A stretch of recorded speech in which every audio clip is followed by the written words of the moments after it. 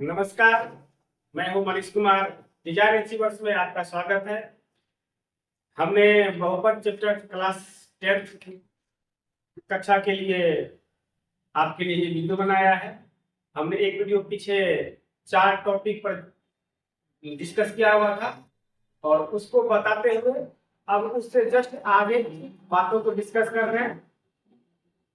तो आइए देखते हैं कि हम लोग जो पिछले टॉपिक पढ़े थे उसको रिवाइज करते हुए नए टॉपिक को सीखेंगे। तो शुरू करते हैं। तो हमने पिछले टॉपिक में पढ़ा था चर। चर किसे कहते हैं? जो अनेक संख्यात्मक मान को ग्रहण करता है उसे चर कहते हैं। अब जैसे में तो इंग्लिश अल्फाबेट का लेकर लेना पड़ेगा एक्स वाई जेड, क्योंकि एक्स का मान कभी 1 2 3 4 5 6 10 20 -5 कुछ भी हो सकता है। उसके मान हमेशा बदलते रहते हैं। यही वजह है कि इसके लिए उदाहरण के तौर पर इंग्लिश अल्फाबेट का इस्तेमाल करते हैं। इसका ये हो गया कि जैसे आप एक्स वाई जेड पहले भी पढ़ चुके हैं, दोबारा सब रिवाइज कर रहे हैं। बोर न लगे क्लास, इसलिए थोड़ा गति से इसको सीखेंगे। और दूसरा है अचर, कांस्टेंट। तो जो केवल एक संख्यात्मक मान को ग्रहण करता है उसे अचर कहते हैं। जैसे कोई नंबर का चीज होगा 2 4 -5 0 1.2 etc। यह कभी भी मान नहीं बदलेगा। 2 का मान हमेशा 2, 4 का मान 4, 0 का मान 0 रहेगा, बदलाव नहीं होगा। यह एक ही मान ग्रहण करता है, इसलिए ये हमारा अचर होगा। अब अगला है बीजीय व्यंजक। तो बीजीय व्यंजक जब चर और अचर प्लस माइनस गुना भाग चिन्ह के साथ प्रयुक्त हो तब उसे बीजीय व्यंजक कहते हैं। जैसे चर और अचर, जैसे चर हमारा x है, अचर 5 है, इसको प्लस के साथ जोड़ दिए तो यह हमारा हो गया बीजीय व्यंजक। y -6, यहाँ चर और ये अचर माइनस के साथ प्रयुक्त कर दिए। 2z + 1, अगर ऐसा लिखते हैं यहाँ 2 और z दोनों गुना के रूप में प्रयुक्त हुआ है तो ये हमारा बीजीय व्यंजक हो गया। अगर हम 1/x² + 1 ऐसा लिख दें तो यह भी हमारा ये भाग के रूप में प्रयुक्त हो गया है, चर अचर का समावेश है। तो यह सब हमारा बीजीय व्यंजक है। और भी चाहे तो हम लिख सकते हैं इस तरह से x² + 5x - 2, ये सब भी हमारा क्या है? बीजीय व्यंजक है, क्योंकि चर और अचर प्लस माइनस गुना भाग चिन्ह के साथ जुड़ा हुआ है। क्लियर? आगे अब इंपॉर्टेंट चीज है, इसके वजह से हमारा नाम पड़ा इस बहुपद का, चैप्टर का जो नाम पड़ा है ये है बहुपद। तो मैं चीज को इसी को पढ़ना था और हमने पढ़ा भी है पहले, फिर से एक बार रिवाइज कर लेते हैं। आपको जिस बीजीय व्यंजक में चरों का घात एक ऋणात्मक पूर्णांक अर्थात पूर्ण संख्या हो उसे बहुपद कहते हैं। अब ये क्या बोला है भाई? बीजीय व्यंजक हम कुछ भी लिख सकते हैं। जैसे लेते हैं x⁵ -3x² -8 ऐसा लिख लिए। अब ये हमारा बीजीय व्यंजक है। अब इसमें ये जानेंगे कि ये हमें कैसे स्पष्ट करता है कि यही हमारा बहुपद है। क्या यह बहुपद हो भी सकता है कि नहीं भी हो सकता है, ये जानना चाहते हैं। तो इसमें आप देखिए यहाँ कह रहा है चरों का घात एक ऋणात्मक पूर्णांक। चरों का चर यहाँ पर ये देखिए, यहाँ पर ये चर है, यहाँ पर ये चर है। अब जहाँ चर नहीं है वहां पर चर का घात 0, मतलब इस तरह से आप ले सकते हैं। जैसे -1 लिखा हुआ ये टर्म, इसको दिखा रहा है, इसमें x⁴ लिख सकते हैं क्योंकि इसका मान तो 1 होता है। इस वजह से यहाँ पर भी चर का घात 0 है। तो जहां कांस्टेंट चर हो तो वहां पर चर का घात 0 होता है, लिया जाएगा। तो यहाँ पर हम ले लेते हैं इस तरह से। अब देखें कि यहाँ का घात क्या है? 5, यहाँ का घात 3 और यहाँ का घात 2 और यहाँ का घात 0। तो हमें किसी और चीज को नहीं देखना है, सिर्फ चर के घात को देखना है। उसके पहले किसी कोएफिशिएंट को कुछ नहीं देखना है। तो चर का घात, इसलिए यहाँ पर चर x का घात 5 और 5 लिख दीजिए। अब गौर से देखिए सारे इसमें जितने टर्म्स आए हुए हैं सबके घात क्या है। यहाँ देखिए 0 है, 2 है, 3 है और 5 है। क्या ये सभी पूर्ण संख्या है? हाँ है। और ये ऋणात्मक पूर्णांक है। ऋणात्मक पूर्णांक का मतलब होता है जो ऋणात्मक नहीं हो, यानी 0, 1, 2, 3, 4, 5 आगे अनंत तक। तो इस तरह से ये सारे कंडीशन को फॉलो कर लिया, तो इसलिए ये चीज हमारा हो गया बहुपद हो गया। तो क्लियर बात है कि बहुपद जो होता है वह कोई न कोई बीजीय व्यंजक ही होता है, लेकिन ये जरूरी नहीं कि सारे बीजीय व्यंजक बहुपद ही हो। फिलहाल अभी हम ये जान रहे हैं कि बहुपद जो है वह बीजीय व्यंजक तो होता ही है, क्योंकि परिभाषा में ही जिस बीजीय व्यंजक, तो इसका मतलब है कुछ पार्टिकुलर बीजीय व्यंजक ही बहुपद होता है, सभी बीजीय व्यंजक बहुपद नहीं होता है। और उसका एक कंडीशन दिया कि वो पार्टिकुलर बीजीय व्यंजक कौन सा है जो कि बहुपद है, बस ये जानना है हम लोगों को। तो चर का घात जैसे ही देख लेंगे वह पूर्ण संख्या है, तो वह हमारा क्या है, वह एक बहुपद है। अब आगे कि बहुपद का घात, कई दफा अब बच्चे कंफ्यूज कर जाते हैं बहुपद का घात। तो भाई हम जैसे इसी उदाहरण को एक बार देखें, यह हमारा एक बहुपद है और बहुपद है, तो बहुपद में बहुत सारे टर्म्स हो सकते हैं, एक से अधिक टर्म हो सकते हैं। जैसे इसी बहुपद को देखिए, इसमें 4 टर्म्स है। तो अब बात करेंगे कि इस बहुपद का घात क्या है। तो घात इसके सारे टर्म के चर का घात पहले आप देख लीजिए, और उनमें से जो सबसे महत्तम, सबसे बड़ा, सबसे अधिकतम घात होगा वही ओवरऑल अल्टीमेटली पूरे बहुपद का घात कहलाएगा। जैसे ये हमारा बहुपद है, इस बहुपद में अधिकतम घात कितना है भाई? 5 है। 5 है, तो इसलिए इस बहुपद का जो घात होगा 5 होगा, क्योंकि बाकी इससे सब छोटा है। और भी घात हैं, लेकिन सभी घात को इसमें शामिल नहीं किया जाएगा नामकरण में। नामकरण केवल बड़ा के हिसाब से होगा, तो स्वाभाविक है घर के जो बड़े बुजुर्ग होते हैं उसी के हिसाब से परिवार का नाम चलता है, तो सबसे बड़ा जो घात है उसी के हिसाब से इसका नाम है। क्लियर? और इस तरह से और उदाहरण ले लें, x³ - 3x² + 5। यहाँ पर देख लेते हैं, यहाँ का घात, चर का घात देखेंगे तो 3 है, यहाँ का घात 2 है, यहाँ चर ही नहीं है, यहाँ का घात 0 है, और अधिकतम घात यहाँ क्या होगा? यहाँ अधिकतम घात 3 हुआ। इसलिए अब इस बहुपद का नाम कहेंगे तो इस बहुपद का नाम नहीं, बल्कि इस बहुपद का घात क्या होगा? इस बहुपद का घात 3 होगा। इस पूरे बहुपद का घात 3 हुआ। अब हम आगे ये जानना जरूरी समझते हैं कि परीक्षा में प्रश्न आता है कि कौन बहुपद है, कौन बहुपद नहीं है। बहुपद के बारे में समझ गए, अब कौन बहुपद नहीं है, अगर यह भी जान लेते हैं तो हमारे लिए रास्ता आसान हो जाएगा। तो आइए जानते हैं कौन बहुपद नहीं है। परिभाषा में ये क्लियर किया हुआ है, फिर भी उसको हम लोग काफी सरल भाषा में आपके लिए लाए हैं, उसको कंडीशन बना के कि बहुपद नहीं होने का कारण या शर्त। तो बहुपद नहीं होने का क्या कारण है? तो पहला कि जब चर का घात ऋणात्मक हो, जब चर का घात ऋणात्मक हो जाएगा वह बहुपद नहीं होगा। जैसे देखिए x⁻⁻5 + 2x + 1। अब यहाँ पर देखिए, यहाँ पर चर का घात क्या माइनस में है, माइनस में जैसे हो गया वह बहुपद नहीं होगा, क्योंकि कारण है बहुपद नहीं होने का कारण है कि चर का घात ऋणात्मक होना चाहिए। ऋणात्मक जैसे हुआ वह बहुपद नहीं होगा। दूसरा, जब चर का घात भिन्नात्मक हो, भिन्नात्मक समझते हैं, भिन्नात्मक वही जो बटे के रूप में रहता है। जैसे ऐसे लीजिए x⁻³ +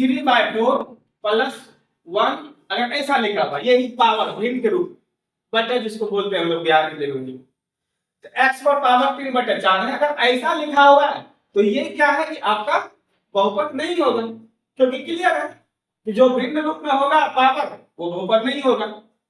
और तीसरा चीज ये क्लियर हो गया। तीसरा चीज, जब चर कर्मी के रूप में हो, कर्मी। अब ध्यान दीजिए, ये कर्मी, कर्मी क्या होता है? वो देखिए ये चिन्ह होता है कर्मी का, इस तरह का चिन्ह होता है कर्मी का। तो इसका उदाहरण हम लेते हैं, 5x³ + 2x √x + 1। यहां पर देख लीजिए, यह चर यहाँ पर x है, यहाँ भी x है, सब जगह x ही माना जाएगा। यहाँ का घात 3 है और यहाँ ऑलरेडी कर्मी के रूप में चर ही है अंदर में, पूरा का पूरा चर जो है कर्मी के रूप में, तो कर्मी के रूप में है, इसलिए ये भी क्या होगा, ये पूरा बहुपद नहीं होगा। ठीक है। और चौथा पॉइंट, जब बहुपद व्युत्क्रम के रूप में, ये बहुत इंपॉर्टेंट चीज है। अब आप देखिए, इसमें से कोई उठा लीजिए, ये तुम्हारा बहुपद है ही, तो वही चीज उठा लेते हैं, एक्स क्यूब माइनस 3x² अब प्लस 5। यह देखने से क्लियर है कि बहुपद है। हाँ बिल्कुल बहुपद है, लेकिन अगर इसका व्युत्क्रम लिखा जाए तो कैसे लिखा जाए? इसका व्युत्क्रम 1 कितना हो जाएगा, 1/x³ माइनस 3x² प्लस 5। अगर देखिए तो यह जो बहुपद है x³ माइनस 3x² प्लस 5, इसका ये व्युत्क्रम के रूप में लिखा हुआ है। तो अब यहाँ से 1/x³ माइनस 3x² प्लस 5, ये जो रूप हुआ ना, यह बहुपद नहीं होगा। क्यों नहीं होगा? क्योंकि यह बहुपद के व्युत्क्रम के रूप में लिखा हुआ है। जब इसको हम ऊपर ले जाएंगे ना, तो इसके पूरे का घात ऋणात्मक हो जाएगा। मतलब इस तरह से, अगर इसको हम चाहें इस तरह से लिखेंगे, तो जब इसको सीधा करेंगे तो x³ माइनस 3x² प्लस 5, इस पूरे का घात -1 हो जाएगा। यही वजह है कि ये बन जाता है। यहाँ भी देखा जाए तो ऋणात्मक घात हो गया, और ऋणात्मक घात होने से बहुपद नहीं होता है, तो कारण नहीं। इसलिए हमने एक पॉइंट आपके लिए ले आया है कि ये आपका बहुपद नहीं होने के लिए एक कंडीशन, व्युत्क्रम के रूप में अगर लिखा हो तो बहुपद नहीं कहलाता। ठीक है। अब हमको जानना जरूरी है बहुपद का नामकरण। देखिए, बहुपद के नामकरण दो तरीके से बनाए गए हैं और होते हैं। एक होता है घात के अनुसार और दूसरा होता है पद के अनुसार। आपने देखा है कि घात किसी भी चर में अगर हम देखें घात, तो कम से कम क्या होता है, 0, फिर 1 2 3 4 इस तरह से बढ़ते जाएगा। तो अगर घात के हिसाब से अगर नामकरण देखिए तो घात तो 0 भी होगा, फिर घात 1 होगा, घात 2 होगा, घात 3 होगा, इस तरह से। तो नामकरण इसका देखिए घात के हिसाब से, तो घात यदि 0 होगा तो आपका हो जाएगा अचर बहुपद, और घात जब 1 होगा उस बहुपद का नाम हो जाएगा रैखिक बहुपद, और जब घात 2 हो जाएगा उस बहुपद का नाम हो जाएगा द्विघात बहुपद, और जब घात 3 हो जाएगा इसका नाम हो जाएगा त्रिघात बहुपद। अब इस बात को डिस्कस कर लेते हैं। अचर बहुपद पहला हमारा है अचर बहुपद, उसका उदाहरण ले लेते हैं। अब कहते हैं किसको है, फर्स्ट जान लेते हैं। अचर पद वाले बहुपद को अचर बहुपद कहते हैं। जैसे 2 - 5 7 1/8 21। अब ऑलरेडी ये क्या संख्यात्मक चीज है, ये अपने आप में अचर ही है, और यह भी एक बहुपद है, और अचर बहुपद हुआ ये। अचर पद वाले बहुपद को अचर बहुपद कहते हैं। अब दूसरा है रैखिक बहुपद। सिंपल सी बात है, जिस बहुपद का घात 1 हो उसे रैखिक बहुपद कहते हैं। ध्यान से सुनिएगा, सुनकर लिखिएगा। जिस बहुपद का घात 1 हो उसे रैखिक बहुपद कहते हैं। जैसे x + 1 3x - 2 5x/3 + 1। अब यहाँ देखिए, इसमें 2 पद है, इसमें भी 2 पद दिए, इसमें भी 2 पद दिए, लेकिन इसमें घात अधिकतम क्या है, यहाँ का घात 0 और यहाँ का घात 1, अधिकतम घात 1 हुआ, इसलिए बहुपद रैखिक बहुपद है। जिस बहुपद का घात 1 हो, यहाँ पे देखिए यहाँ का घात 1 है, यहाँ का घात 0, तो इसमें अधिकतम घात 1 है। इस बहुपद का नाम, इस बहुपद का घात ही 1 हुआ, और इसका नामकरण क्या हो जाएगा, रैखिक बहुपद हो जाएगा। क्योंकि हमने बताया कि घात 1 वाले बहुपद को रैखिक बहुपद कहते हैं, या जिस बहुपद का घात 1 हो उसे रैखिक बहुपद कहते हैं। ठीक है। अब आगे है द्विघात बहुपद। द्विघात बहुपद किसे कहते हैं? जिस बहुपद का घात 2 हो उसे द्विघात बहुपद कहते हैं। जिस बहुपद का घात 2 हो उसे द्विघात बहुपद कहते हैं। इसे इस तरह से भी कह सकते हैं कि 2 घात वाले बहुपद को द्विघात बहुपद कहते हैं। क्लियर? उदाहरण देख लेते हैं। 5x² - 3x + 4। इसमें देखिए इसका घात 0, इसका घात 1, इसका घात 2, अधिकतम घात 2 है, इस बहुपद का घात 2 हुआ और ये हमारा हो गया द्विघात बहुपद, क्योंकि परिभाषा में क्लियर है, दो घात वाले बहुपद को द्विघात बहुपद कहते हैं। क्लियर? इस तरह से और भी x स्क्वायर माइनस 3 इतना को हो जाएगा, क्योंकि देखिए इसमें हमको पद से मतलब नहीं है, इसमें हमको मतलब है घात से, घात 2 होना चाहिए तभी वह द्विघात बहुपद होगा। क्लियर? अब अगला देख लेते हैं इसी तरह से त्रिघात बहुपद, सॉरी, जिस बहुपद का घात 3 हो उसे त्रिघात बहुपद कहते हैं, या 3 घात वाले बहुपद को त्रिघात बहुपद कहते हैं। उदाहरण देख लेते हैं, x क्यूब घात 3 है, यह अपने आप में एक बहुपद है, और अगर टर्म और जोड़ना चाहे तो इस तरह से भी बना सकते हैं, x क्यूब, इसमें कुछ कोफिशिएंट ले सकते हैं, जैसे 4x cube minus 2x square plus 5x minus 9, तो इस तरह से टर्म बना दें, लेकिन पूरे का घात हम अधिकतम 3 रखे हैं, और अधिकतम 3 घात रखे हैं, इस बहुपद का घात 3 हुआ, और 3 घात वाले बहुपद को हम लोग त्रिघात बहुपद कहते हैं, उसका उदाहरण हो गया, कोई दिक्कत नहीं।